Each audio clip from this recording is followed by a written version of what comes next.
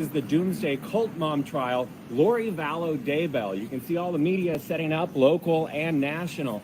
Again, we're giving you updates every hour on the hour for this trial. It's opening statements, and then it's going to be the first witnesses. We'll see you then. Hey, everyone. Okay, so greetings from Los Angeles, California. I'm not obviously in Boise, Idaho, but I will be there actually from Wednesday onwards. So I'll be doing some reporting from not quite around the corner, but relatively nearby. You can't quite see out my window, but it is quite a misty day here in Los Angeles. Suits me because I need to get some work done. Yesterday was a beautiful sunny day. Good to see Robbie, Esimko-Valinsky, Danielle as well. Yeah, yesterday was I'm actually got some sunburn, but what we're going to do is just sort of do a little bit of a primer on the VALLOW case. Obviously, later today, I'll do a bit of a recap of what happened during trial day one, the opening statements. Because it's not live streamed, there's going to be a bit of a gap. Excuse me, there's going to be a bit of a gap between what we know before the trial day starts and, you know, when the journalists come out. And I do hope to be one of those journalists in the courtroom, but it's apparently pretty tough getting a spot. But we'll see how things go through the course of the trial. It is supposed to be, I think, 8 weeks long, right? So I had Wendy, good to see you. So I had a really long chat with Lisa Wilson, who's a big fan of this case and or interested in this case. I've got a lot of notes to go through. I'm not going to go through too many of them right now in terms of this analysis, but what I will be doing is just sort of prepping us for what is to come, right? So just sort of let's put ourselves back into the context of this case. This is, as the reporter from Court TV mentioned, one of the biggest trials of the year, right? Okay, and so what I want to sort of deal with, let me just bring up that image. So I'll be doing this kind of deep psychological analysis. She is a fascinating figure, if a very troubled figure, Lori Vallow. I'll be doing a kind of psychological analysis through the course of this trial. In a weird way, there's a similarity between this case and the Murdoch case. It's not just one crime, but several. It's not just, there's a lot that is going on kind of in the background. One thing that I think is quite interesting is that there's a sort of almost like a mirror in terms of the Murdoch case was about greed, but also power. This case is about power, but also greed, but first and foremost about power. Obviously, if you're claiming to be God, well, what are you actually claiming? You're claiming to be powerful, right? So that is what Lori is. That's kind of a motive in a way, without saying anything else, without saying she did anything. Same with Chad, without him saying he did anything. It's a claim to power, right? What do you do with that power? What would you do with it, right? What should you do with it? So that's sort of one aspect. And what I've been reading a really incredible book that's really expanded my knowledge in surprising ways, and I really want to share some of those insights with you guys. It's quite a deep dive, so I kind of need to do that separately. I might actually do that as a pre-recorded, edited, synced video. That always takes quite a lot of time. So can you see the title there, Compensating for Weaknesses? And so what that's really touching on is this idea that you become the superior figure later on in your life, because when you were, how can I put it, when you were younger, you were a inferior figure, you had some kind of weakness, right? So what I'm trying to get at is that this whole story comes about as a result of compensating for some weakness. What does that actually mean? Well, that's what we're going to try and find out. Okay, so let's kind of get going. Chelsea, good to see you. Linda, Cornelia, Erica, good morning. It's almost 9 o'clock in Los Angeles. It looks like I'm going to be missing my breakfast, but I really wanted to get this going before the trial day started. Tim Koblinski says, unbelievable, you're in LA now. You're certainly getting around. As I say, I'll be in Idaho, Boise, Idaho on Wednesday. Okay, so let's kind of get going. So this is really kind of to obviously I'm stating the obvious when I say this, but the point of a trial is to simply address this question. Is the person guilty or not of the things they're charged with, right? And so we start at the very beginning with opening statements where Laurie's counsel will say what they are going to say, and the question is, is Laurie going to throw Chad under the bus? And we've already heard her saying, let me bring up this article, that she wasn't there when the children died. Can you see that? She was not present when JJ O'Tiley died. And so that's already saying, well, I wasn't even there, so fill in the blank. Someone else was there. I didn't murder my own child. Someone else was there. Of course, the subtext to that is, did you know what had happened to them? Did you try to find out? Did you do anything after the one child died? Did you do anything to protect the other child? And then also, did the person who did do something, did you know them? Did you talk to them? Did you influence them? Did you collaborate with them? Did you conspire with them? Right? That's the deeper question. But in a very simple sense, her defense is, I wasn't there when whatever happened. And it's not a bad defense. Is it a sufficient defense? Well, we'll see. But what that in a way does is it passes the buck to someone else. And it's quite a big buck. Who did actually kill or murder JJ and Tylee? Well, it wasn't me, right? And so that's already quite a good starting point, I guess, for her. But is she going to effectively throw someone under the bus? Is she going to testify? Is she going to say, it was all Chad's idea, or Chad and Laurie gonna both blame Alex, Laurie's brother, who's now deceased? Anyway, let's deal. I'm not quite sure why this video is playing. Let's deal with.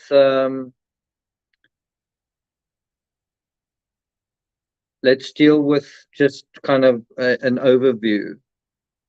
Chelsea says, I'm glad you're doing this. There's no better person. Thanks a lot.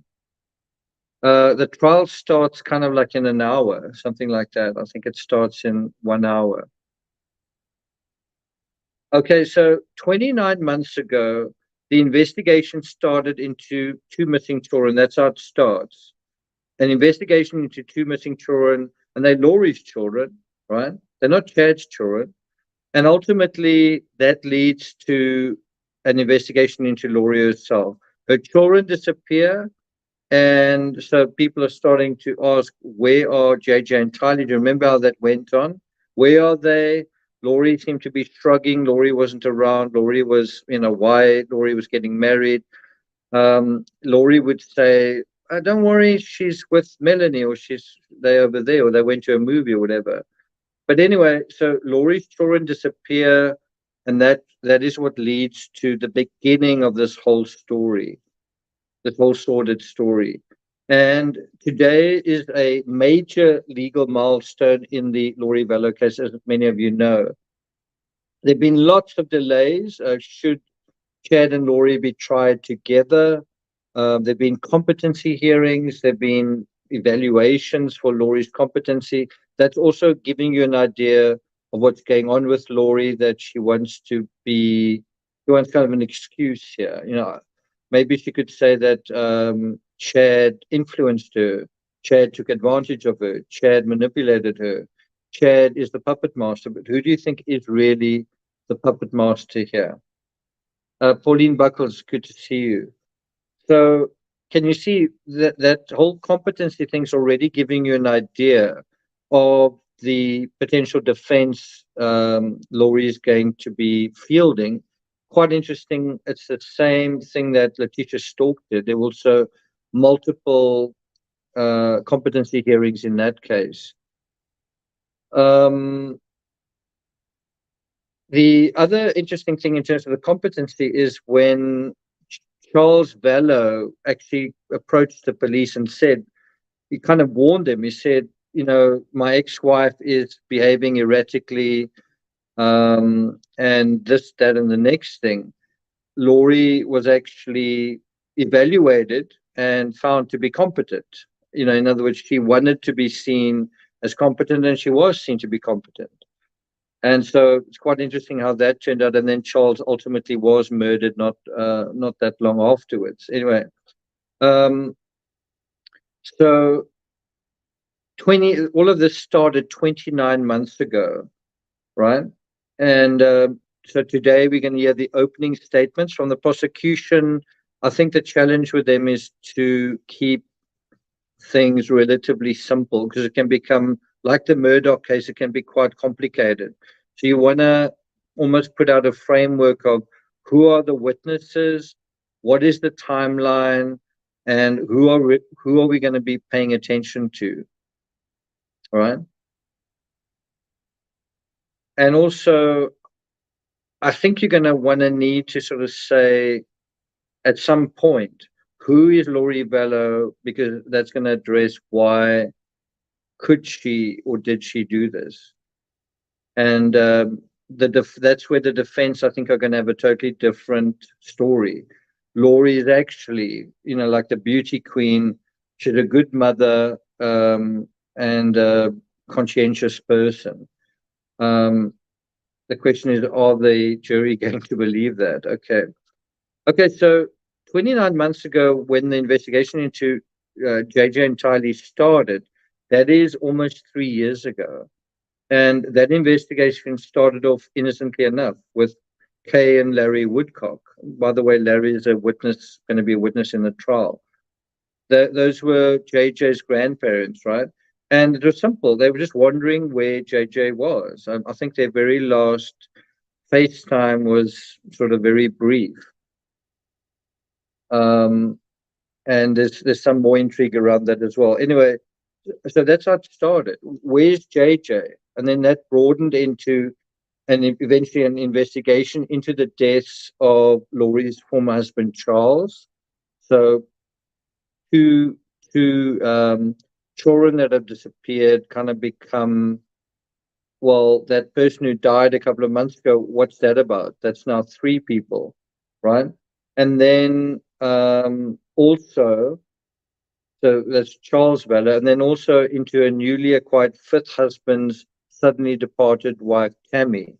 So Laurie kind of has a romantic, but within all of this, within the children disappearing, Charles VALLOW dying, Laurie is falling in love. Laurie marries Chad, and within that situation, Chad's wife also dies. So now we've gone up to 4 deaths, right? All within the same sort of timeline, same sort of few months. 4 deaths, right? And if you think about the Murdoch case, you had Maggie and Paul, that's 2. Then the housekeeper, that's 3. And then some people think that Stephen Smith might be, related to that as well. So can you see how it's the cases are quite similar in a sense? I think the main difference between the Murdoch case is it's just Alec Murdoch, but although you could say maybe he had some tacit support from some other people, who knows? Whereas in the Laurie VALLOW case, you've got quite active, the allegation and the appearance certainly of more than one person acting together towards what looks like the same end. meaning Laurie's brother shot Charles VALLOW, her ex-husband, and then also Chad Daybell. And so there's also the question, who buried the children at Chad's property? Did Chad's a former gravedigger? Did he bury them? Did Alex bury them, or did Alex and Chad work together, kind of thing? And then I'm just looking at the weather on the TV in front of me. 55 in LA. It's a little bit cooler than usual. Well, that's the temperature right now. Okay, 53 at Huntington Beach. Okay. So Wolfie, good to see you. Yeah, Fiona, you're right about that. Okay, so as I said, when Laurie's children were eventually found, it was on a property owned by wannabe doomsday author and former grave digger Chad Daybell. Now, in the same way that I mentioned earlier, this whole idea of compensating for weakness, right? The same psychology that applies to Laurie actually also applies to Chad. Chad, if you think about Chad, was he kind of a strong, powerful figure to begin with, right? If you just think of it in a general sense, it's a conversation we want to have about Laurie, but equally about Chad. Was Chad a strong, powerful figure? And I would argue, no. I'm an author myself. I've written over 100 books, dozens of books on true crime. And I can tell you that someone who writes books, especially in the early days, if you don't have really credibility, if you don't have a lot of reviews, if you don't have a lot of sales, it's the opposite of being powerful. You feel powerless. You feel impotent. You feel invalidated by the fact that people aren't reading your books. And Chad wasn't a terribly successful author. There are some photos of him standing at a table with like piles of books around. And he wrote quite a few books, but he wasn't a terribly successful author. He was as I say, grave digger. And you can kind of imagine within that, and something you want to go into in a bit more detail, but in that scenario where you feel you don't have much money, you don't have much power, you don't have much influence, you then have that whole dimension compensated by something. And the answer is that they both, Laurie and Chad, feel the need to have like omnipotence, godlike power. And that's going to address all of their own personal problems, their problems of lack of money, their problems of lack of social power, right? Their problems of, I don't know, what all the little petty problems that they've got to deal with. The problem that maybe Laurie wants some kind of romantic figure that's going to help her, and Chad maybe is not fulfilled in his marriage.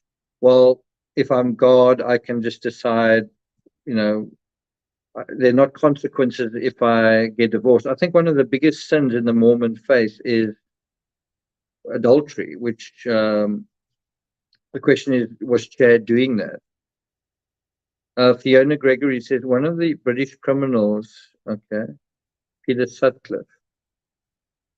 I think you're right about that. Yeah, and he had some kind of vision as well. Okay, so let's continue. The other thing that's, I think, really interesting with the Murdoch case and the Laurie VALLOW case is you kind of have this whole idea of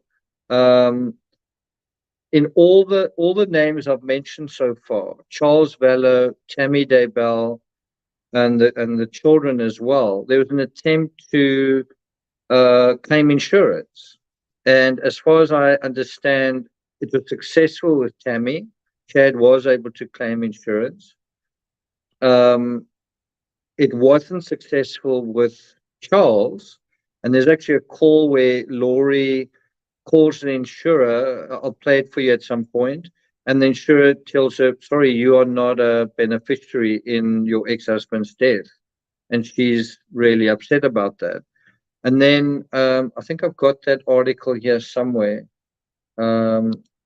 Laurie collected, there it is. Laurie collected her kids' social security benefits for months. Can you guys see that? For months after they were killed, and Chad Daybell increased his first wife's life insurance policy weeks before her death. That's according to the indictment, right? What makes all of that so ironic is that Laurie's father was sort of a tax. What can one call it? A tax. He was sort of anti-tax. He's like an anti-tax activist, and I think he even wrote a book about it.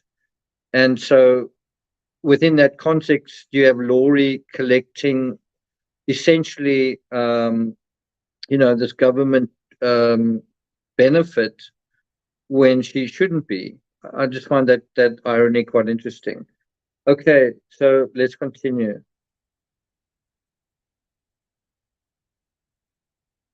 So yeah, so this idea of collecting, somebody dies and you collect the insurance, it's kind of this idea of you are a godlike figure. You decide whether someone can live or die. This is according to some of the theories surrounding this case. And then when they do die, well, then you get money. You benefit from their deaths through getting an insurance payout. In other words, you turn dead bodies into gold. You turn straw into gold. And so when it works with one person, then maybe you try with another and then another. And one wonders again, did that happen in the Murdoch case? Looks like it may have. And then what is that something that was done again and again because it's easy way of making money in theory? And then was that the same thing, the same idea? Like if you think about it, I've tried to make money as a hairdresser, as this, as that, as a gravedigger, as an author. But wow, if I do this, I can just make money so much quicker. In other words, do you really believe in the scheme or do you see that the scheme works? Stephanie H, welcome. Don't worry, the owner says a landlady did that and killed all her tenants. Yeah, that was on a true crime show. I think she was in Florida. I also saw that. Okay, so let's continue. So here's a question. Would all of this have happened if Laurie didn't meet Chad? Right? What do you guys think? If Laurie never met Chad, do you think this would have happened?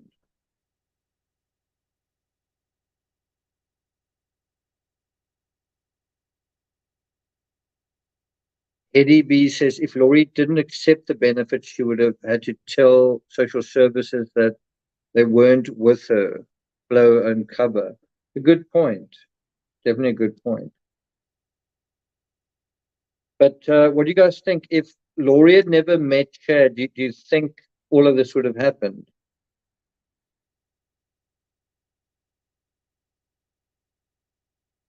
Some of you say no, some say yes. Some say in some form, yes. Lisa Breck, good to see you. Kristen said, I don't know. It's hard to tell with her. Okay.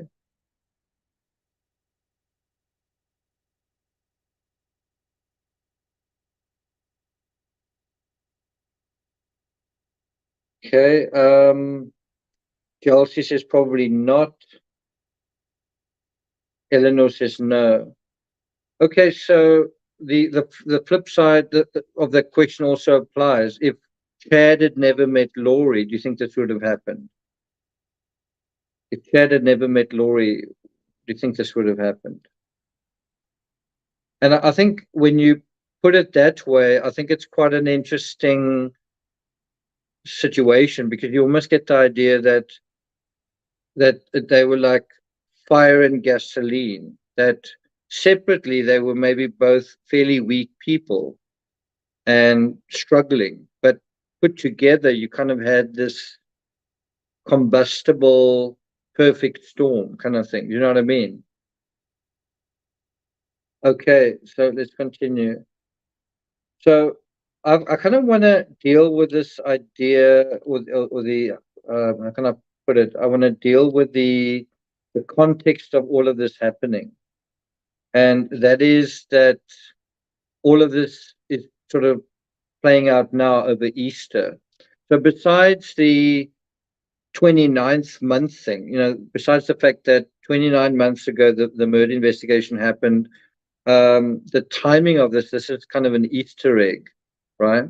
And you know what this represents? It represents new life, right? It represents resurrection.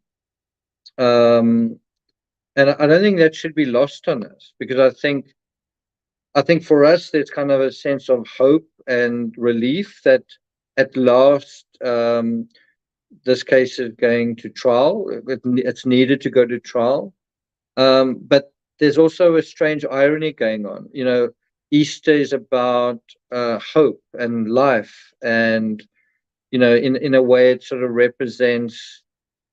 I'm just saying, in a way, it's I'm in the northern hemisphere here, and we are now coming into spring. It kind of, in a way, represents the coming back alive of the world, in a sense. You know what I mean? Like, the world comes out of winter, almost like a collective seasonal death, right? And so at this time of Easter, we have the Laurie VALLOW case. But this is a case all about death. It's about children dying. It's about almost like the egg, this young life that's supposed to live, being destroyed. It's kind of the opposite of that. And what makes it even more ironic is it's within the context of kind of a religious sort of depravity, religious distortions kind of thing. Okay, so Easter symbolizes, I've just written here, new life and resurrection. And obviously this trial acknowledges and attempts to prosecute someone who may or may not have been involved in extinguishing several lives, right?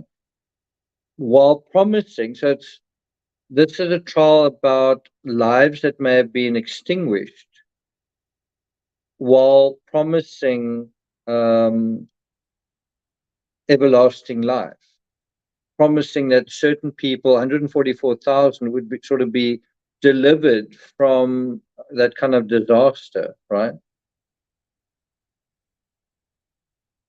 Titanic, thanks so much. My friend Lisa was actually telling me there's a great Mexican restaurant here. So really appreciate that. Thank you. Very kind of you. Okay, so do you see the irony is that someone is saying, guys, the world's going to end, everything's horrible, doom and destruction, but don't worry, if you do what we say, we can save you. We can provide you new life and resurrection. We can guarantee you safety and security. And then, well, can she even guarantee it for herself? Right? And do you remember that in her heyday, cult mom Laurie VALLOW claimed that she was a god, claimed that she believed that the world would end on July 22nd, 2020, right? The world was supposed to end, according to Laurie, on July 22nd, 2020. Did that happen? Well, it's been spinning on for almost 3 more years. And meanwhile, Laurie's face seems to have grown more haggard. Her makeup is sort of almost slipping. In this particular image that you see here, she seems to be trying to smile, but there's definitely no smile in those eyes, right? There's seems to be almost a pursed mouth and almost like an attempt to, I don't know, do something, but there's definitely no smile in those eyes. See that? Okay. And I always find interesting when you see a graphic like this, where you see three versions of a person's face, and it's the same face three times. We saw the same thing with Brian Koberger. And I think what it's really asking you is, who's the real person? It's almost like they've got clones of themselves, and there's slight differences in each one, but it's actually the same person. Like, who are you really dealing with? You know what I mean? By the way, thanks very much to Cash. Thank you for that. I'll get a tequila. Thank you. Right. So Laurie and Chad have both sort of claimed that they are divine beings. They're like gods on earth.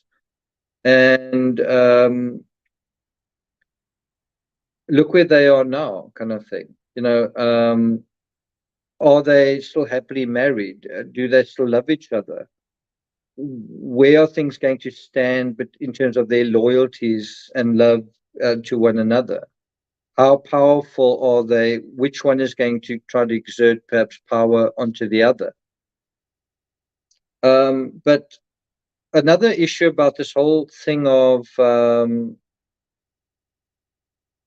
compensating for weaknesses, what's the source of the weakness in Laurie's life? What is the source of pain and damage and trouble and dysfunction, right? And I think one's got to ask, and as you can see, Laurie's face is starting to show itself to be haggard and weathered and worried, right? And so the question comes up: is it almost like mother, like daughter, right? And you kind of want to know, is Laurie in a way like her mother? Just do that. And so to ask that question, you kind of got to ask, well, who was her mother? Who was her father? What were her parents like? And I had this conversation with Lisa where I basically just said, yeah, basically, how is there dysfunction, weakness, unhappiness in Laurie's life? And I think the answer is that they simply had a very unstable family life. Now, if you think about that, if in your own family, think about this in terms of yourself. If in your own family, there's not a lot of glue, there's not a lot of consistency, there's not a lot of stability, right? Just those things, basic things. Then you may go into your own life and not be particularly interested in gluing your own family together. In other words, if you weren't valued as a child and you weren't reminded of family values, right? And you weren't taught to sort of stick it out. When the going gets tough, you sort of stick it out in a marriage and with your kids and whatever. If you weren't taught those values, in other words, if you haven't been given that glue, then you're not going to know how to keep your own family glued together. Does that make sense? Donna says this is such a hard case. So many were caught up with. Then in what? I just don't think justice will be 100%. Okay, interesting. I think give the trial a chance. Give it a chance to, let's see how it goes.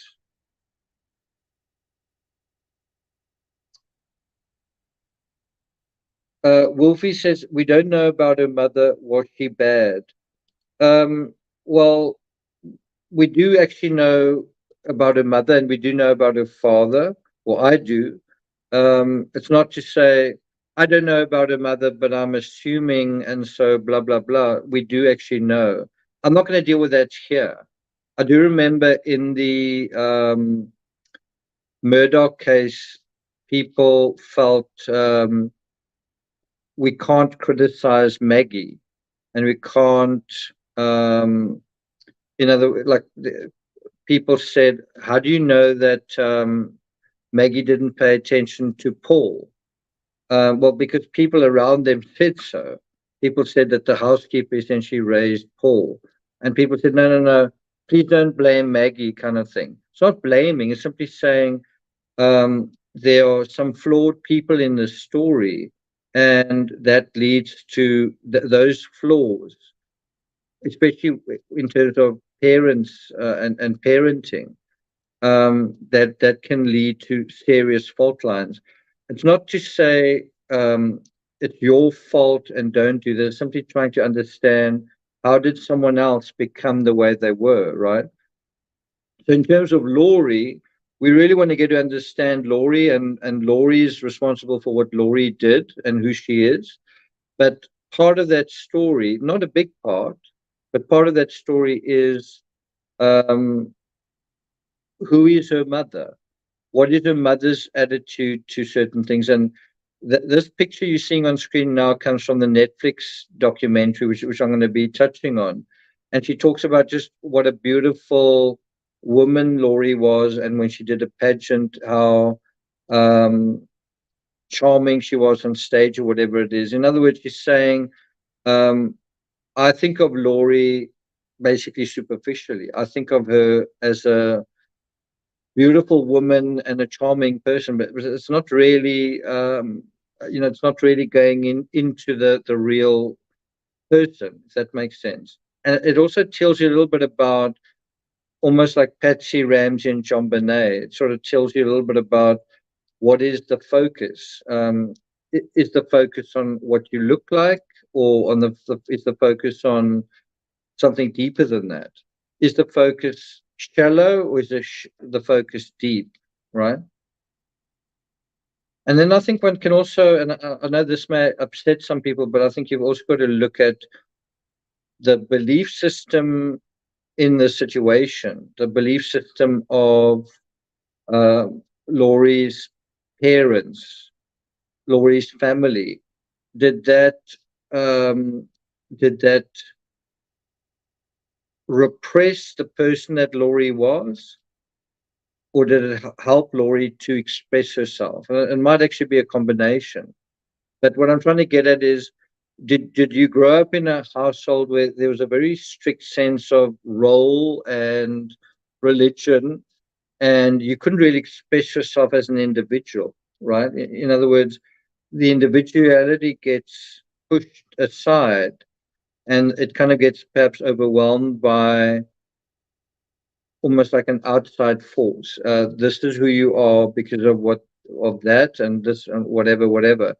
And sometimes parents can impose those ideas, and it comes from a good place in a way. I want you to be moral, I want you to be a good person. But it can sometimes be imposed in a way that crushes the person inside of that.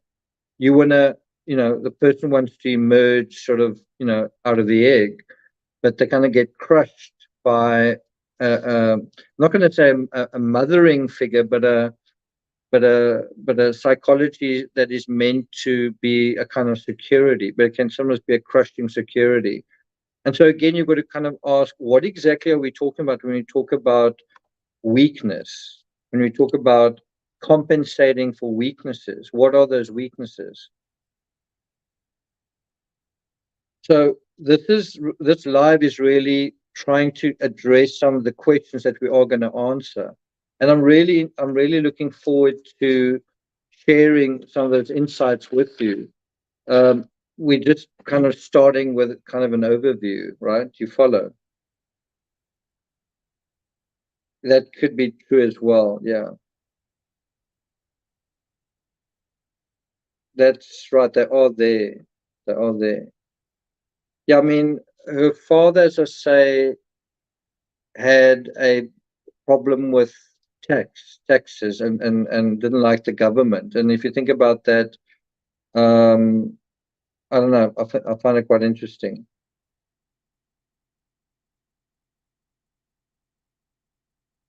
Chelsea says maternal nurturing is key. Okay. Okay, so you guys know that Laurie, once upon a time, was a pageant queen. She appeared in Miss Texas, I think. And she said something like, I believe in being a good mom. And I wonder if I can find that clip. And then she also referred to herself on camera as a ticking time bomb. Do you remember that?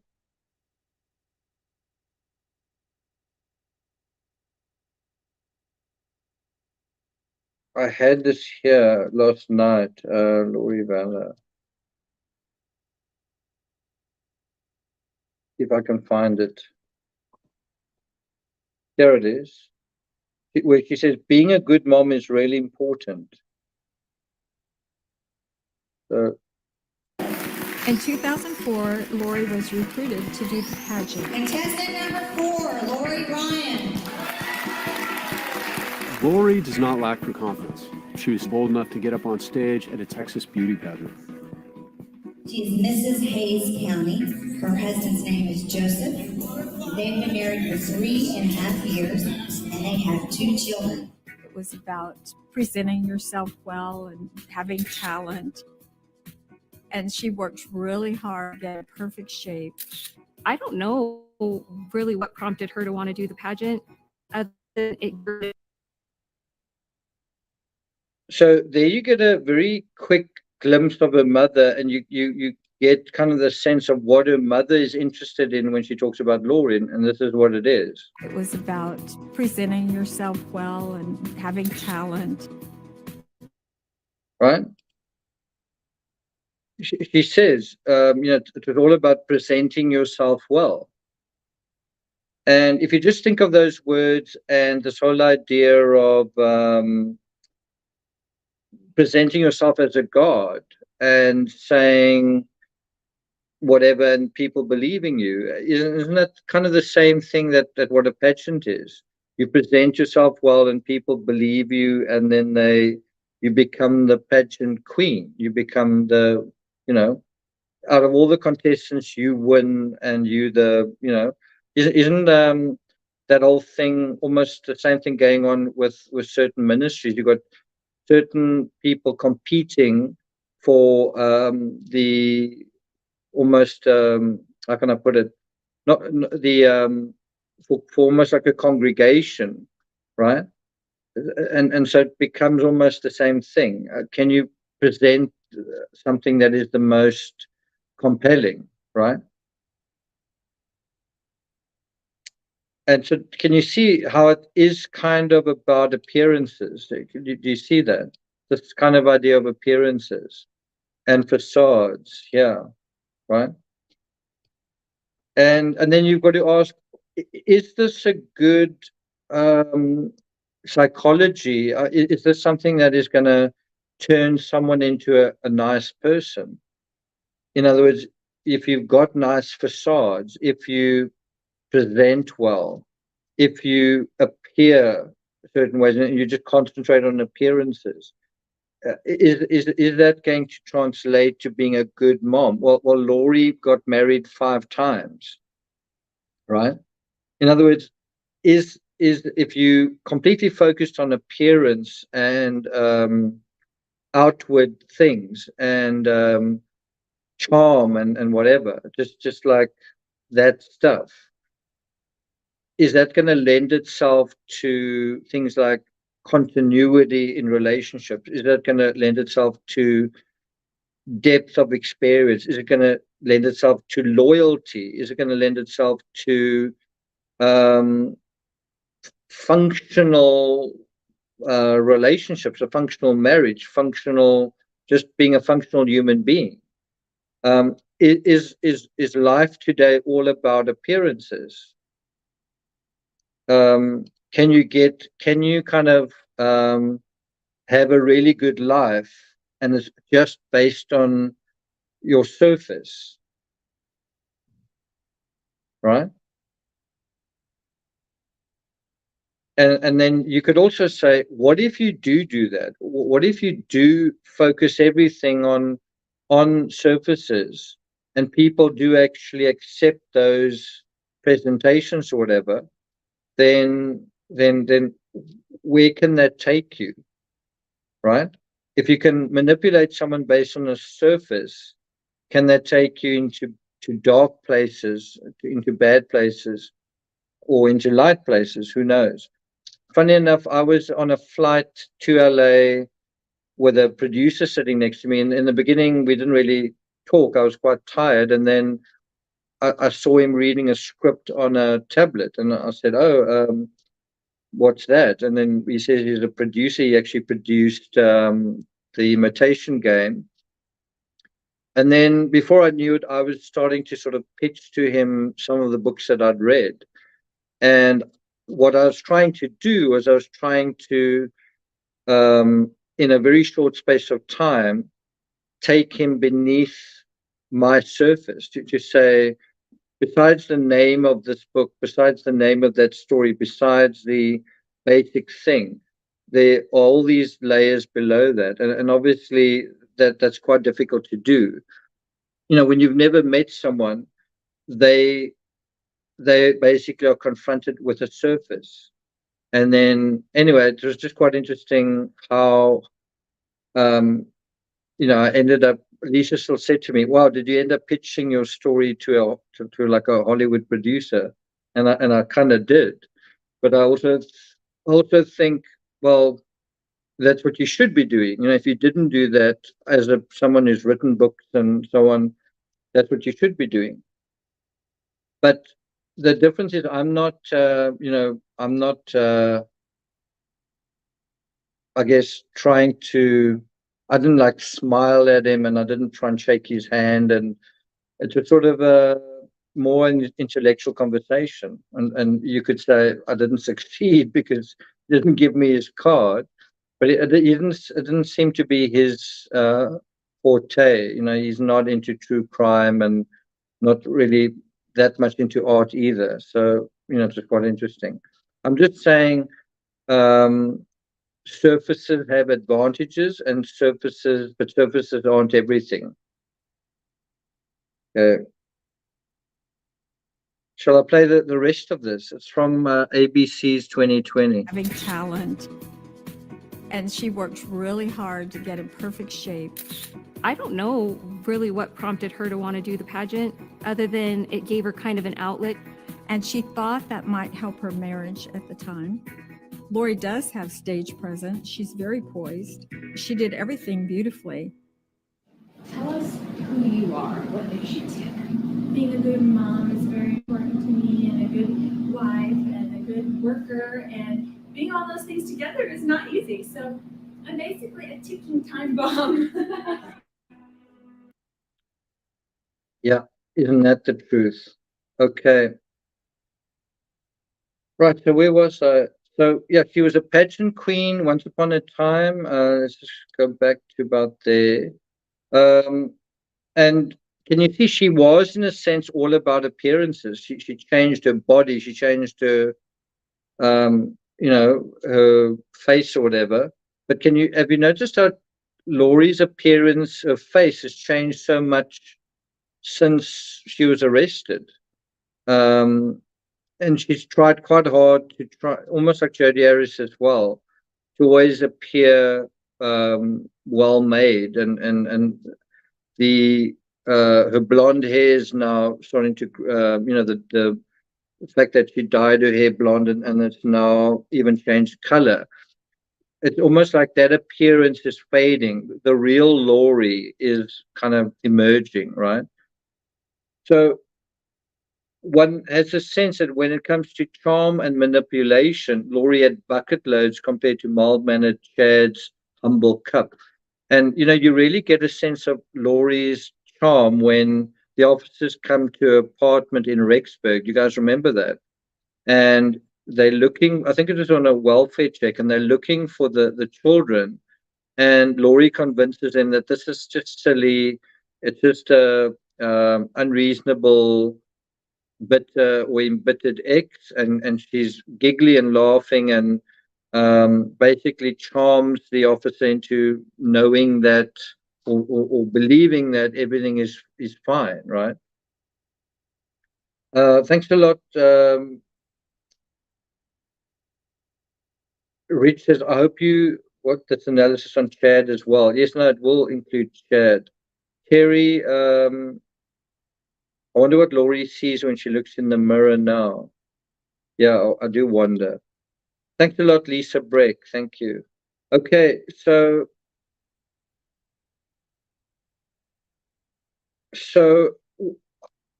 I was talking to Lisa about this in Montana, actually, while we were driving, and this idea of who was the real puppet master.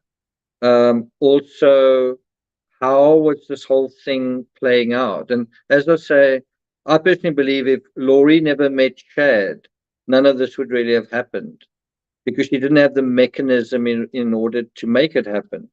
Also, if Chad didn't meet Laurie, this would never happened either. But what I think is quite interesting is what Chad brought to the table is that he offered a system of, let's call it empowerment. I don't really like that because it's not actually empowerment, but he offered a system that could create a scenario where one person could gain power over another. In other words, I decide whether you are light or dark. I decide whether you're a zombie or a sort of chosen person. I decide what your rating is. That's already giving, or what's the word? That's already assuming a certain amount of power. Remember, Chad basically said he had a near-death experience. He could sort of peek under the veil and know what God was thinking or saying. And then he had a second near-death experience, and then he lifted the veil and he sort of pierced the veil, and he was now effectively a messenger of God, which is another way of saying, I'm a really powerful figure. I know what God is thinking. I know what God's intentions are. In other words, I'm effectively your best bet. I'm like an interlocutor for God. Almost like God sent Jesus to Earth. Well, Chad's now almost in that role. You know what I'm saying? And so it's a very powerful position. But based on Chad's doctrine,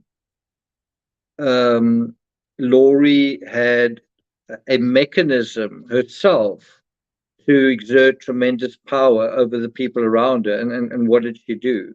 If you think about it, Chad theoretically had power, right? But did he use it?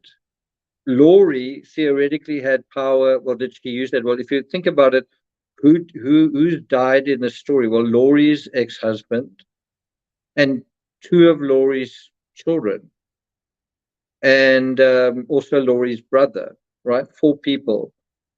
Whereas on Chad's side, one person's died, Tammy.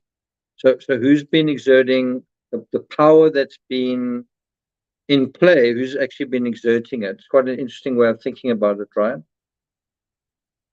Let's have a look at some of your comments.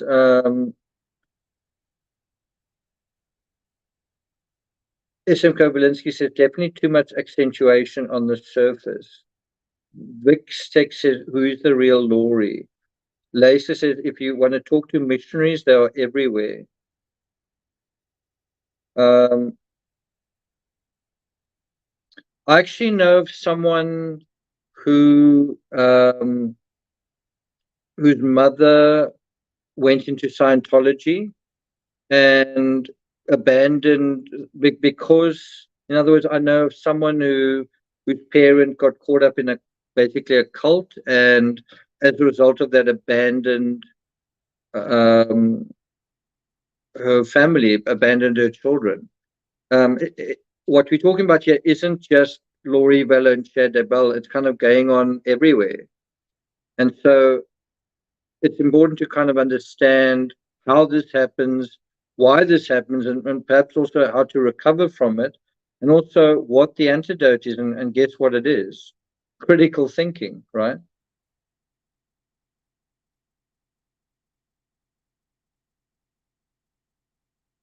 Jessica says Chad needs a mental exam as well.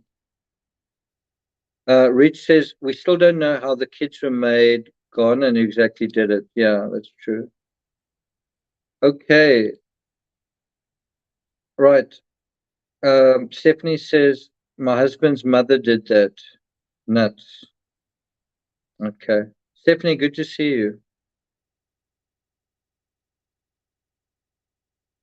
Robbie says, how do people become so gullible? That's also, well, by not practicing critical thinking, right? And if you think about it, you say, how does this weakness come about, right? How, you say you're compensating for weakness, but how did the weakness come about? Well, by being focused kind of on the surface.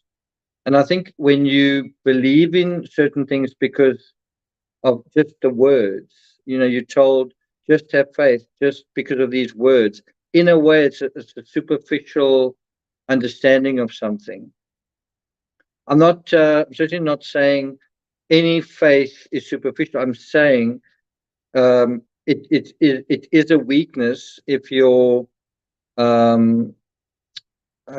appreciation of certain things is a surface-like thing, if that makes sense. And to kind of illustrate that, if Laurie says, believe in me because I'm a godlike figure, that's a superficial thing to say, because you could say, well, prove it. I mean, it's talk is cheap kind of thing. Do you know what I mean? I'm just saying when you have that superficial approach, it doesn't require any justification, substantiation, or any proof even. You simply are basing it on almost like at a pageant. It's almost all based on appearances and charm. And so that is a weak way of going about something. It's quickly gaining strength potentially, but you can just as quickly lose it, as we're seeing over here. Eleanor says religions teach believe us and don't ask questions. Yeah, I mean, sometimes faith is necessary. I mean, if you marry someone, I do think you should ask your potential spouse or your potential partner a few questions. What do you want out of a relationship? Why do you love me? But there's a certain point where you cannot continue to analyze and you can't get any more security than you already have. You do have to have faith. Do you know what I'm saying?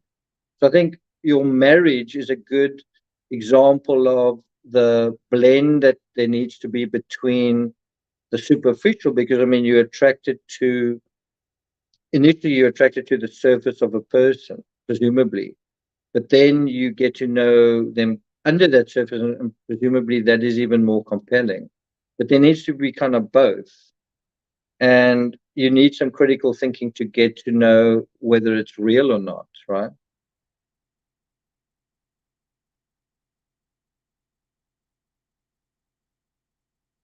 Yeah. Okay, so let's continue. So do you guys agree that Laurie had bucket loads of charm, and she was someone who was capable of manipulating people or influencing people or charming people in a way that Chad wasn't so good at? Chad was kind of but bear in mind who he is. Chad's a former grave digger. How charming are grave diggers? Have you seen a charming grave digger in LA's Story? Lisa and I were actually watching that yesterday. Whereas Laurie's learned how to charm through 4 or 5 marriages. Laurie's learned how to charm through, being a pageant participant, right? But as I say, what Chad's role was that he offered a system for pulling strings, for exerting power, for turning people into puppets. As I said, through his near-death experiences, he said he'd become a messenger for God, and thus he became kind of a god in his own right. And so by marrying him, almost like marrying into the royal family, Laurie assumes kind of God status as well. And these divine beings could then assess who was chosen and who wasn't, right? Who had light in them and who had darkness in them. And obviously, anyone who was dark or a zombie was allowed to be killed, and the holy folk killing them were allowed to profit from their deaths. I mean, within this apocalyptic doctrine. And so that's the one side of the story, and we're quite familiar with it. I see we're at the 1 hour mark. I'm not going to go much further. And I also see it's starting to clear up outside. But the other side is the other side, which is evil happens when good men and women do nothing. So it's also like, what were all these other people doing that they didn't realize what was going on with Chad and Laurie? What were their family members doing? I mean, Chad's wife, did she not notice something was going on with Chad? Chad's kids, did they not notice something's going on with their father? And I think when Chad's kids finally broke their silence, they had quite a simple explanation. He was framed. What, by who? By Laurie? By the authorities? What's the story? But the other side of the story is, what about all the other people in the story? Are they critical thinkers or not? And I'm talking about, for example, Laurie's best friend, Melanie Gibb. If she had become suspicious sooner, so for example, if she'd become suspicious after Charles was killed, if she had, remember, Charles got suspicious and went to the police, right? If the police had kind of taken what he said seriously, and to their credit, they sort of did, but if they'd really taken it seriously and kind of investigated it, they could actually have prevented everyone's deaths, right? If they'd kind of recognized, well, we're dealing with whatever we're dealing with, if they were able to pierce the appearance that they were presented with. And I mean, they did evaluate Laurie, and she passed that kind of evaluation. She was found to be competent. But what I'm trying to get at is, so you could kind of say it's understandable that it wasn't prevented, because how do you know? But after Charles died, if Melanie had come forward and said, this is what seems to be happening, you could have had 3 other lives saved: JJ, Tylee, and Tammy, right? And you might say that's unfair. Actually, Melanie's the hero of the story. Okay, let's put her aside. What about the police? What about if the police, because the police seem to just accept Laurie's version that there was a belligerent ex, and that's it. And Lisa made a really good point when we spoke. She said, if the police had simply investigated Alex, right, Laurie's brother, if they'd just done that, if they just focused on Alex, they would have found that there was cause for suspicion, because Alex Cox went to jail for 6 months. Did you guys know that? I wrote it down here. So yeah, he spent 6 months in jail. He assaulted Joe Ryan, Tylee's biological father. He tasered him in a parking lot. He actually joked about that in a stand-up comedy thing. And then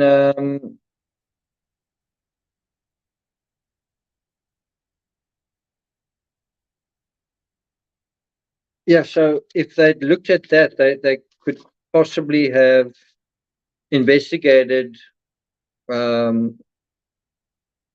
Alex, and who knows if Alex was responsible for Tylee and JJ's deaths, but he was investigated after Charles, then they could have been saved. Those children's lives could have been saved.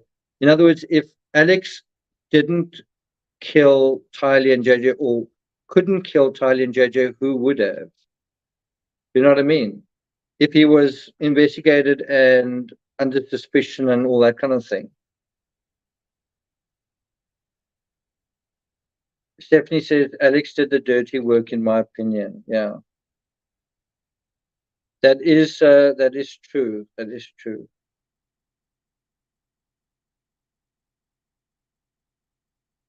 Pauline says the bump on the back of his head wouldn't have been caused by the swing of the bat. So anyway, what I'm trying to get at is, besides, you can talk about the dynamic between Laurie and Chad, and between Chad and Laurie, and between Chad, Laurie, and the doctrine. You can talk about that. The other side of it is the failure for others to act. When you would think, okay, because why is it left to Larry and Kay Woodcock to sort of act? They fairly oh, excuse me. They're fairly senior people. And they're kind of out of the loop. They're kind of out of Laurie's orbit. So why are the people who are not in the orbit saying things and taking action, right? The people that are kind of in that orbit, why are they not activated? And then, as I said, the other side is the police. Why do the police simply take someone's word for granted? The whole Charles VALLOW thing really makes you afraid. How many cases are actually unsolved where someone just accepts a plausible scenario as credible when actually something else happened? It really does make you wonder. Terry says Alex's time of death is no coincidence either. That's quite an interesting point. I'm going to talk about that in a second. Right, so let's deal with those times of death, or the timeline. So what I've written here is evil happens when good men and women do nothing. Although I don't think we should lose sight of who Laurie is or was as a person. Just as we fixed Alex Murdaugh in our crosshairs, it's hard to miss the fact that if Laurie's bestie, Melanie Gibb, had spoken up sooner about suspicious goings on, several lives could have been saved. In other words, there'd been some critical thinking and urgency within this hypnotic mind fog Laurie and Chad had created. 3 lives could have been saved. And a lot of you are not going to like me saying this, but I kind of feel some of that, although I think Larry and Kay are kind of by far the heroes, the standout heroes in the story.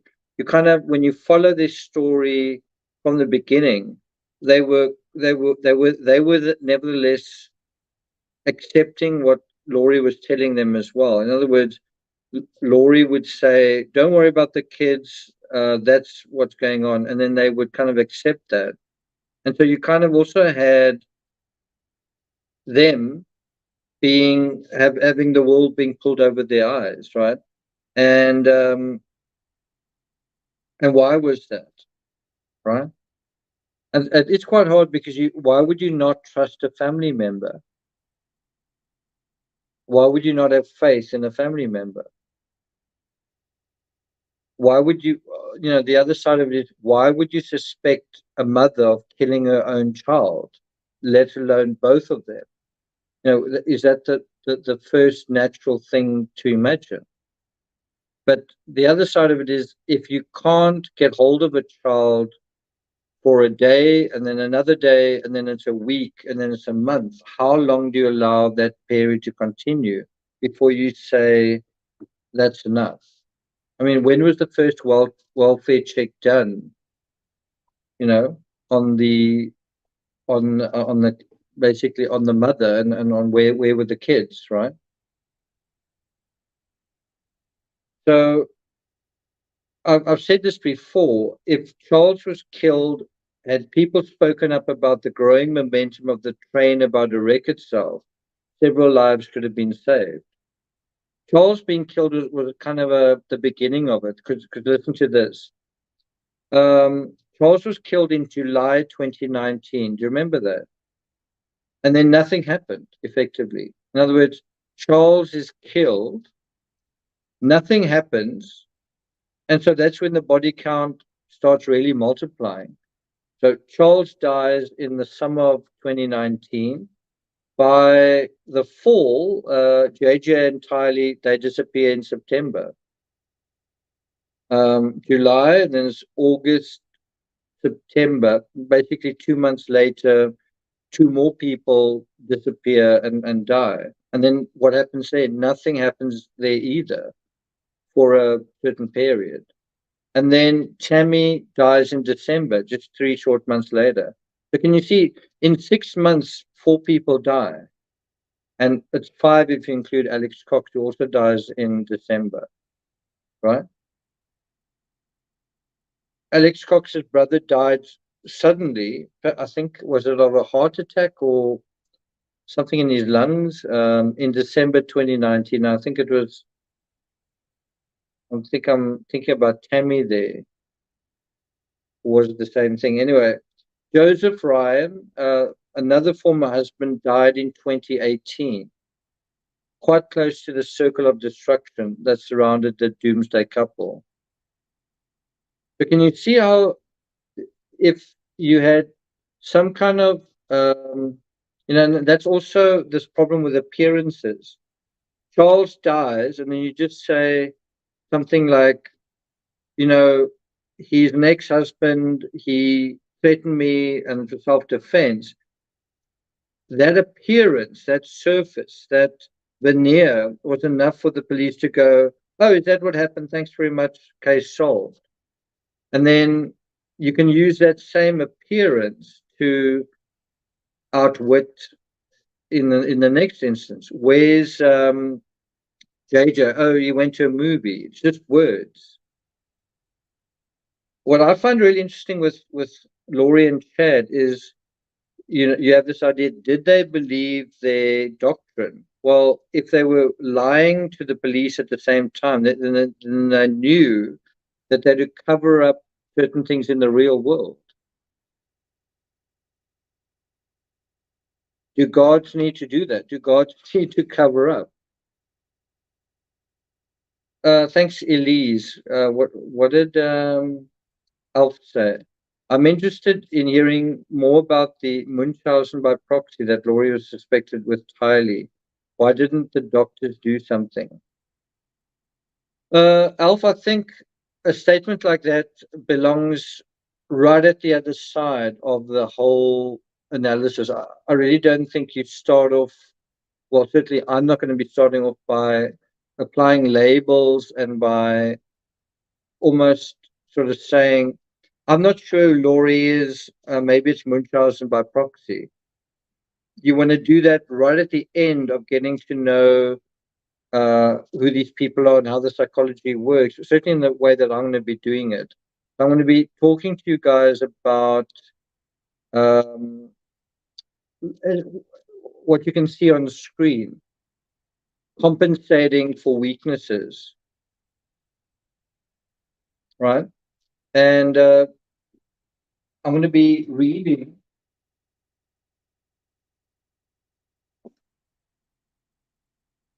from this really excellent book, The Soul's Code in Search of Character and Calling. And it's such an incredible book. It also talks about this idea of calling, and all of us are called as well, right? You know what I mean by that? Like, a calling is something that you recognize kind of in a biblical sense, where you say, Moses was called, the burning bush called Moses to whatever. Moses didn't really want to be called because I think he stuttered and whatever.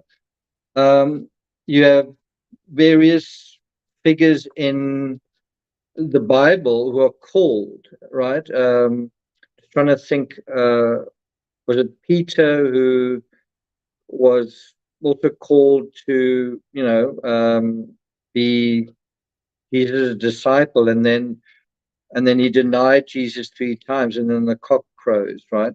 But there's also Paul who has the that, what do you call it? He has that sort of religious experience, I think, on the road to Damascus, right? And so you even have Jesus being called into where he's got to do his, he's got his mission. But you know what I'm getting at? All of us actually have a calling. At some point in your life, you probably realized this is who I am and this is who I need to be. And in this book, it really deals with some fascinating stories where someone recognized their calling, and where it says they're compensating for weaknesses on your screen. One of the really interesting stories is of a matador who was, as a child, a very sickly child. Let's see if I can find it here. Such an interesting story.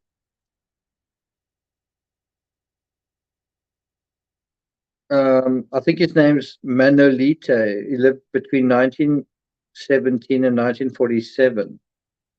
And he was a very weak kid. It says here, delicate and sickly, having almost died of pneumonia when he was 2 years old. Manuel Manolete was only interested in painting and reading. He stayed so much indoors and clung so tightly to his mother's apron strings that his sisters and other children used to tease him. Around his hometown, he was known as a thin, melancholy boy who wandered around the streets after school lost in thought. He rarely joined other boys' games of soccer or even playing at bullfighting. And then all of this changed when he was 11 years old. And then nothing mattered except bulls. And this sickly kid that was sort of derided by his pals went on to become one of the biggest bullfighters in Spain. And when he died, I think he was gored by a bull. He was like fearless. He was gored by a bull, I think, when he was 30 years old. And it was the biggest funeral Spain had ever seen. And yet it all seemed to start from a place where he seemed to be weak. And so can you see how that weakness leads to kind of compensation? Early weakness, later strength. Early weakness, later superiority. And so the deeper that sense of weakness, the larger the compensation to superiority. Can you see that kind of mirror image? And that's the conversation I really want to talk about. It's one thing to say that. You can understand that intellectually, but what does it actually mean in process, in practice, right? And so you kind of want to look at, so what were the weaknesses in Laurie's backstory? Who were her parents? Who were her siblings? What happened to her one sister that died as well? What impact did religion have, one way or the other, on creating weakness or creating strength, right? And I find that a very interesting conversation because it applies to us as well. Are we compensating for weaknesses? Because there's a difference between compensating for a weakness and actually growing as a person and developing as a person and becoming a person and becoming stronger, right? There's a difference between where you evolve and you become something from the inside in a way, than where you just compensate, where we just borrow strength from somewhere else. Are you really becoming stronger, or are you just finding some way to cheat your weakness? In other words, compensate for it, right? So it's actually a really fascinating conversation. And I think you can kind of start asking yourself also, do I have a weakness and am I compensating for it? How am I? Is what I'm doing real, or am I trying to cheat my anxiety? Shouldn't I just face up to my anxiety and Because when you do face up to your anxiety, you become a stronger person.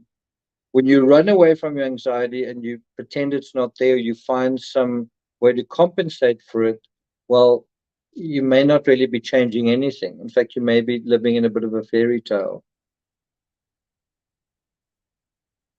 Stephanie says, enjoy lunch out with Lisa. Thanks. I'm not actually going to be having lunch with Lisa because she's at work, but I will be having, I think we're going to Laguna Beach today. So we might have dinner or something. Okay, so what's the last thing? Most of all of this we know, but what we don't know is why and to some extent how. Why did this happen and how? Why, if Alex was involved in this, why did he act in a way almost as Laurie's I don't know what you want to call it, guardian angel or agent, or what can one call him? Fixer in a way. You know, why did he do this, right? Did I just see a $50 super chat? Cheapest.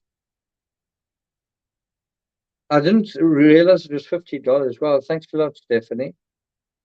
Really appreciate it. Stephanie, when I'm back in New York, the next dinner is on me. Okay. We've already had 2 dinners. The next one's on me. Erin says, I think Laurie manipulated him. I think so too. Okay, so I just want to share a couple of headlines with you, and then I'm going to be off. It's 10 o'clock here. It's starting to clear up quite nicely. I do actually have pretty bad sunburn just from 1 hour swimming in a pool here. Anyway, so these are a couple of headlines. So this is the first one, and I think a pretty important one. Opening statements begin today in the Laurie VALLOW trial. Right? This year, Monday, that's today, marks a significant day in the Laurie VALLOW Daybell trial.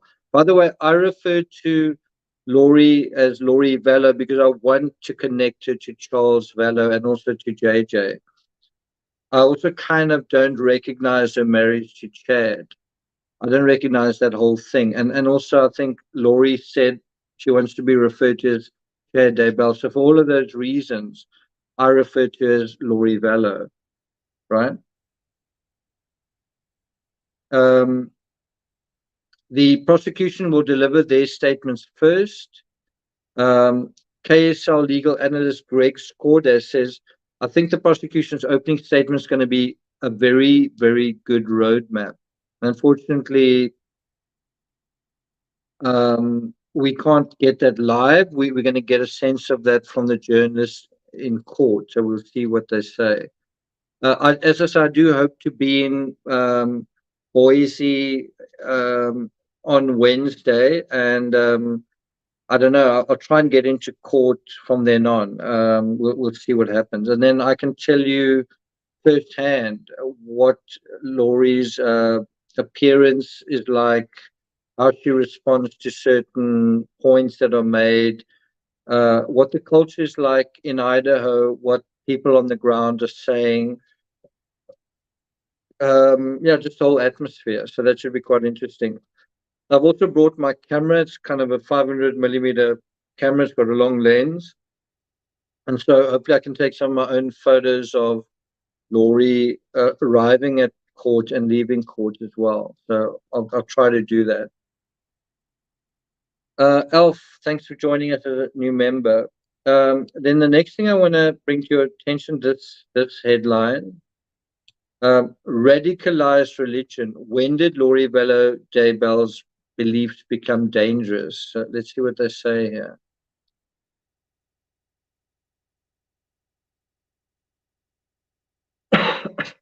quite an interesting question. At what point did her beliefs become dangerous?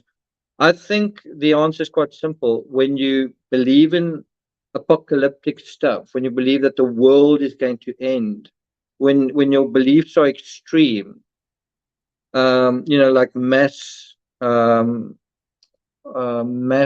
death, mass extinction, then yeah. So let's just put this up.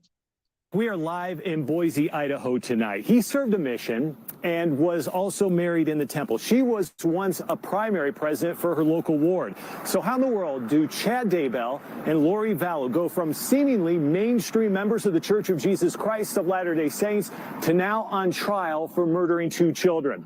We caught up with some scholars who tell us religious radicalism can be a slippery slope, and it starts very small. I had a great mission. I just felt like his was extraordinary. Extraordinary, fitting for a man who claimed 2 near-death experiences left him on the edge of heaven. Special to the spirit world. She was primary, and she was so good with all the kids. Friends telling police Lori Vallow's long-held Latter-day Saint beliefs changed dramatically after meeting Chad Daybell. It just seemed to kind of lost it. Daybell's doomsday fiction novels took him to prepper conferences where, for some people, preparations for the end of times mixed with prophecy and visions future. Lori kind of pulled me aside and started saying a few things that were not according to the LDS faith. She believed in the end of the world and that everyone was going to die, and she was preparing for it. From the earliest days of the church, there's always been tremendous internal diversity with people having their own beliefs and practices. Pat Mason, chair of Mormon history and culture at Utah State University, tells offshoots leave early. Others stay quietly inside. They may be going to church every single Sunday. The person who's sitting in the pew right next to me, I think they are thinking the exact same way I am, but they could be thinking in this completely different direction. Yeah, that's exactly right. And there's a recognition that, okay, some of this stuff may not play very well in church on Sundays. And so that's why some of these other outlets, whether it be online, in-person gatherings, conferences that people have, oftentimes these ideas play out in those other venues. And it did with Chad and Lori's beliefs through books, blogs, and podcasts. Like my followers. Okay, so I think part of the answer to that question, when did they become dangerous? Well, when you start saying, well, the world's going to end on that day, when you start saying, I'm God, when you start deciding who is chosen by God and who isn't, or who is evil and who's a zombie, that's when it starts becoming dangerous, right? When you start basically playing God, right? Deborah says, sorry about your sunburn. Okay, thanks very much. Thank you. Yeah, and I mean, that is exactly what they are. Thanks, Deborah. They are doomsday preppers, right? And so it's a kind of a culture of fear that they're spreading, right?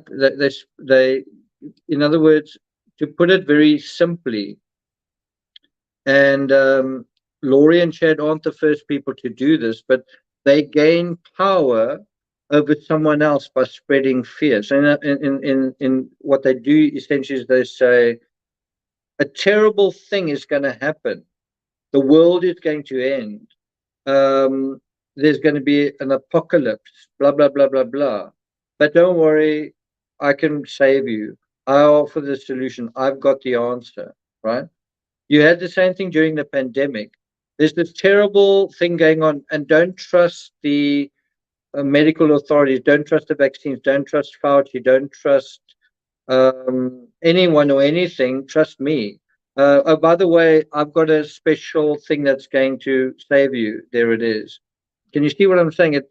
It's a simple formula of spread fear, and then, oh, don't worry, I provide the very simple, safe answer to deliver you from that, right? Spread fear and anxiety. Oh, I'm scared. Oh, I'm uncertain. Oh, I need soothing and security and safety. Oh, but don't worry, I can provide it to you. I'm making you scared, and I'm also offering you relief from that uncertainty and insecurity. And you've always got to, no matter where you're getting that message, you've got to be careful. anyone who's spreading a message of fear, but at the same time saying, oh, by the way, I can offer you the solution. Maybe you need to give me money as well. Be careful of those people, right? Yeah, because it's an effective strategy. It's an effective thing. And what is the antidote to that whole thing? Critical thinking, right? Don't just put all your eggs in someone else's basket. Think about kind of what's really going on. Anyway, let's continue to listen to this. Believe that they were living a higher law. Which she believes she had the patriarchal power. These different groups, they feel like they have additional knowledge, right? But we have special knowledge, or we have access to new information that God has given us, or to the way that we interpret scripture. So at what point does it turn dangerous? We know. And yeah, so that's a really good point that he's asking. At what point does it turn dangerous? But think about it also with YouTubers. There are a lot of YouTubers that will also say, I've got special knowledge here. Like, I don't know, whatever it is. Yeah, I've got special, and you kind of hear it constantly. And it's very easy, if you're a dishonest YouTuber, we saw it with the Idaho case, to come up with simple solutions like that, but they're actually fraudulent, where you say, oh, this thing that you all want, you want audio of this, or you want a picture of that. Well, here it is. Yeah, well, it's fake. It's very easy to fake stuff. If you've got no scruples and you're not moral and you're an opportunist, it's actually quite easy to take advantage of people. It's harder to do the hard work of, the real world, right? So always be careful of people who seem to provide you with exact. Remember, there's a scene in one of the Avengers movies where Hulk says, what's his name? Bruce Banner. He says, sometimes exactly what I want to hear isn't exactly what I want to hear. That's, in a way, the way we need to think, right?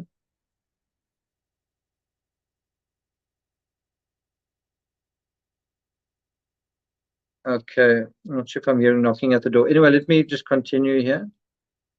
Know from court records and other things that there was a baseline of mainstream LDS belief, but then they were getting ideas from other places, reading other books. They're in online forums, and then they assimilate these things, and it looks like Chad and Lori were putting together some of these ideas in really unique and distinctive ways. Court documents detail VALLOW's belief that she had been reincarnated multiple times, married to Book of Mormon prophet Moroni, and unable to die. Satan was ramping up his powers, and their evil was just so pervasive in this world, and that it was her job. She was responsible.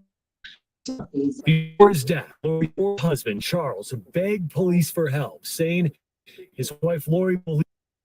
So again, to address this question, when is this kind of thing dangerous? Well, the answer is when you start getting the impression that someone's beliefs are simply extreme, right? So simple as that.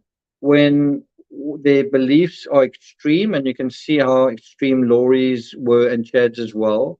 It's quite extreme to say the entire world is going to end. It's quite extreme to say, I am God. It's quite extreme to say, you are, what's the word? You are a demon. It's quite an extreme thing to say, all of those things. All right.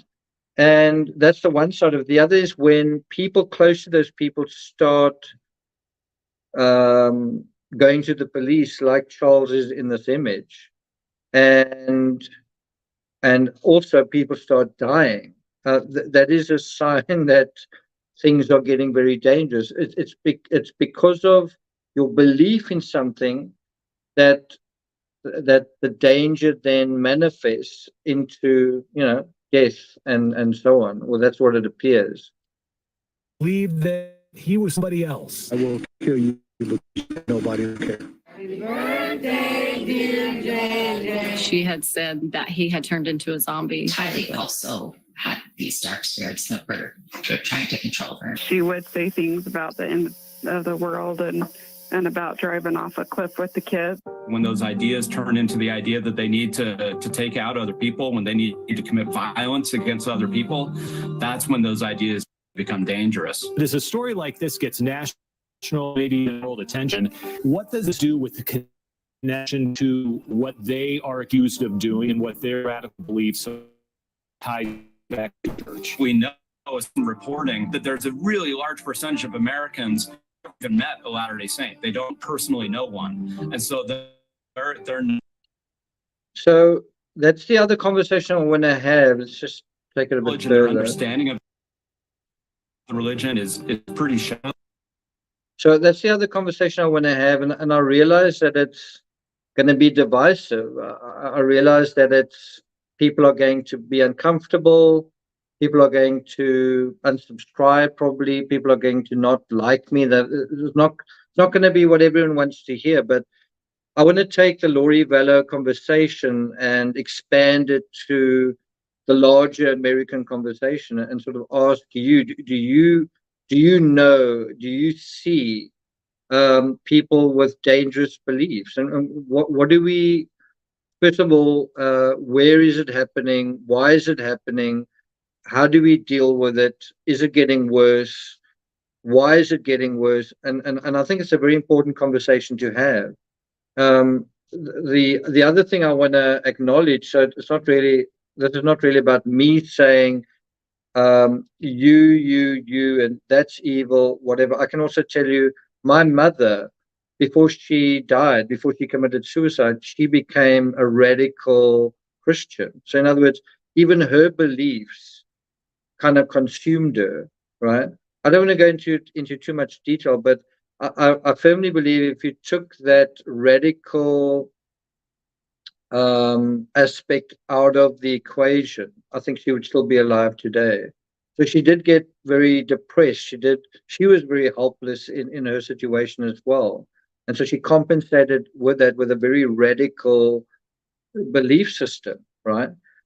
And I remember not long before she died, she actually had electroshock therapy. And she kind of said, almost through this haze, God feels so far from me. And if you've made God your, like, and I say this with sympathy and compassion, but if you've turned your entire life into a situation where God is your kind of salvation, right? Like in her case, I think things were, I don't really want to talk too much about it, but she kind of wanted to deal with a certain situation. And I think she was trying to rely on God to solve that situation, and it wasn't sort of solving. And at the end of it, I think she felt very alone and felt very lost. And so, again, you've got to some extent, be able to have agency, your own agency. And although you should have faith and you should, faith does have a place to play. Sometimes you do need to believe in things that you cannot see, right? In the same way that you should also pay attention to the real world, you should also be able to believe in things you can't see. If someone says, I love you, you have to say, prove it, kind of thing. You also need to not give up your agency. And that is how I think Lori and Chad became so powerful, is they came up with a system where people gave up their agency, where people acknowledged, oh, okay, so you've got no power, you're a zombie, and you have power, whatever it is, right? And so it's quite personal to me, and I feel it's important to address this issue of how do you lose your agency? How do you lose your way? How do beliefs play a fundamental role in that process? It's a very important question, but it's also very divisive. You might say, oh, I don't agree with that, unsubscribe, but it's really a way to try and figure out yourself, actually, right? And this book really provides such incredible answers to it. The Soul's Code the search for character and calling. And so the question is, what happens if you get that question wrong? If you say, well, I'm called to do X, Y, Z, what if you get that question wrong? And I suppose you could ask, did Laurie get that question wrong? Was Laurie called to do something, but she misinterpreted it? Was Chad called to do something, to be someone, but he misinterpreted it, right? And then look where you can end up. Were you called to do something or be something? Are you or did you misinterpret it? How do you know if you did? How do you recover from that? How do you make up for perhaps those mistakes? How do you live in a world where people are called and they are perhaps on the wrong road? Is it your job to do something about that? Is it their job? Whose job is it?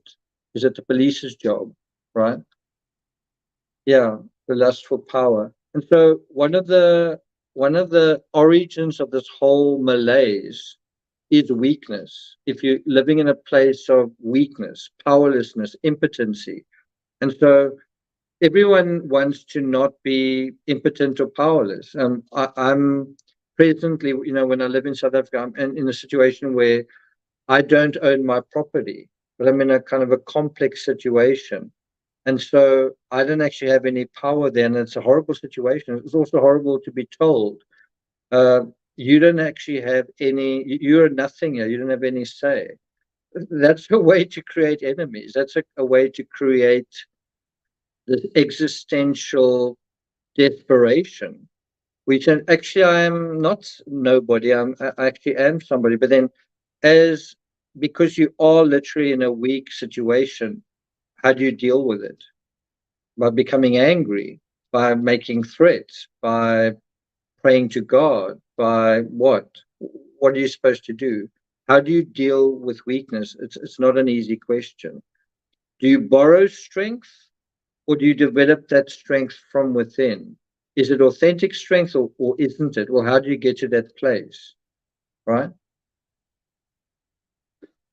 Thanks a lot, Aslan. Thanks, appreciate that. I live in a social housing, which is good. Yeah. Okay, so let's end off reading a few comments, and we'll play out with this, and then I'm going to skedaddle. Pauline says we must keep asking ourselves questions. The power is in the questions. Cal Gold says, I wonder about Brian Koberger's Catholic background. Remember, Amanda Knox also had kind of she went to I think it was like a Catholic school. It is a lifelong process, yeah. Okay, so let's play the rest of this. What they know about the religion is what they don't know enough about the religion to make these fine distinctions between what is mainstream versus what is more extreme. It's easier for them to conflate the extreme with the majority of people who live good, decent lives. And Lori's religious beliefs expected to play a big role in it early on as we begin jury selection tomorrow morning. We're going to be here 8 o'clock tomorrow morning. That's when the doors open and things begin. KSL will be here throughout the whole thing, but as you probably know by now, we're not going to have a live stream. We won't be able to have cameras. That's because of the judge. But KSL will have you covered with live report every day. We'll have it on air. We'll have it online as well. And join us tomorrow for a special report from Boise at 6:30 at night, getting you all caught up on just how we got here before opening arguments get underway. With that, Dan. Okay, so yeah, that's basically it. Is we're sort of going to have the trial playing out, and then we're going to get it sort of delayed. Let me just close that. We're going to get a delayed sense of what happened in the trial, and so yeah, so it's going to be quite interesting and to some extent challenging covering this trial. I'm very interested in just seeing how I'm going to put it. Being in America, being at the at the epicenter of a case, how well I'm able to kind of do my job, how well I'm able to do analysis by actually going to the building and then having to come back, download photos, and in other words, being to some extent gathering information firsthand. It is tougher because you've got logistical things to do. You've got to get from A to B. You've got to jostle with a crowd and so on. If there any of you in Idaho and you're fans of this channel, I look forward to meeting you and maybe chatting with you and yeah, let's see what we can arrange. Maybe we can even do a get together in a coffee shop and sort of discuss the case. But it'll be my first case that I'm covering sort of live in situ in America, and let's see how it goes. At the moment, 174 people in chat. Are we going to get to any higher numbers? It'll be interesting to see. But it is good to see all the people that I know and love, you know, here, and that's kind of good enough for me already. What's the other thing I wanted to mention? Oh, I'm going to be doing Van Gogh letters a little bit later today. We'll share some photos of LA and sort of what's going on. So don't miss that. I'll also be doing 3 things today: Van Gogh letters, besides this live, and then another analysis of Lori Vallow sort of later today. We will talk about what came out in court today, but also deal with the psychological aspects. That's kind of my contribution to the analysis. Okay, let's just end off with a couple of your comments. Let's see how that does go. We'll see how it goes. Erica says, great to have you in my time zone this morning. Sounds good. I'm actually hoping that Terry is going to join me. So Terry's one of our mods. That Terry's going to join me in Idaho as well. I don't quite know if she definitely is, or if she is, when she is, but that's something to possibly look forward to as well. Robbie says, following you on your travels is exciting. Okay. I do want to share with you Yellowstone, what that was like and what that was all about. So yeah, I'll be putting that up as soon as I've got a bit more time. I'm going to head out now. It is quite clear. I don't know if you guys can see out the window. Can you guys see anything? It's kind of very white. What happens if I do that? Yeah, sorry, can't quite see right out the window. But anyway, I'll show you sometime. Timmy apparently is improving. He's going for walks every day. So yeah, they seem to be doing okay. Thanks for the question. Lisa's dog really doesn't like me, doesn't seem to like men. So that didn't work out too well. I actually went with Lisa to walk her dog, which was actually quite sweet.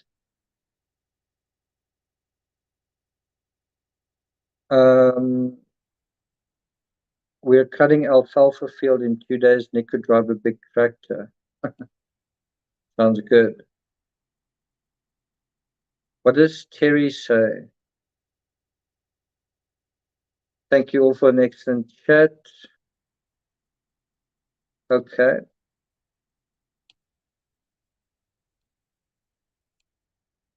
You know what they say, never talk about politics or religion. Well, we are going to be talking a little bit about religion. And I think one of the challenges in this case is how are the prosecution going to deal with it? How the defense going to deal with it? Because bear in mind, the jury's sitting there and they are going to be sensitive about certain things that they believe, right? So we'll see how that works. Is Oregon in the plans? I might be coming up to Oregon. We'll see. Depends on a couple of things.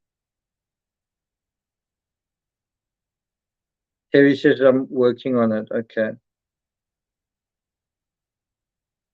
Okay, so look out for Van Gogh letters later today. As I said, I'm going to kind of head out and then we'll see how things go. Do you guys want to get a view of the hotel room? See if I can show you a little bit what's going on here. Not really that much to see, but as you can see, it is brightening up a little. Okay, guys, thanks a lot for joining me, and I'll see you guys next time. I will be covering Laurie VALLOW like every day for the next couple of weeks. We'll see how it goes. And yeah, also just continuing my analysis. Laurie VALLOW, and then also on the other channel, Team Peachtree, behind the scenes travel and Van Gogh letters. So check that out. Thanks for being here, guys. Enjoy the rest of your day, and I'll see you guys next time. Ciao.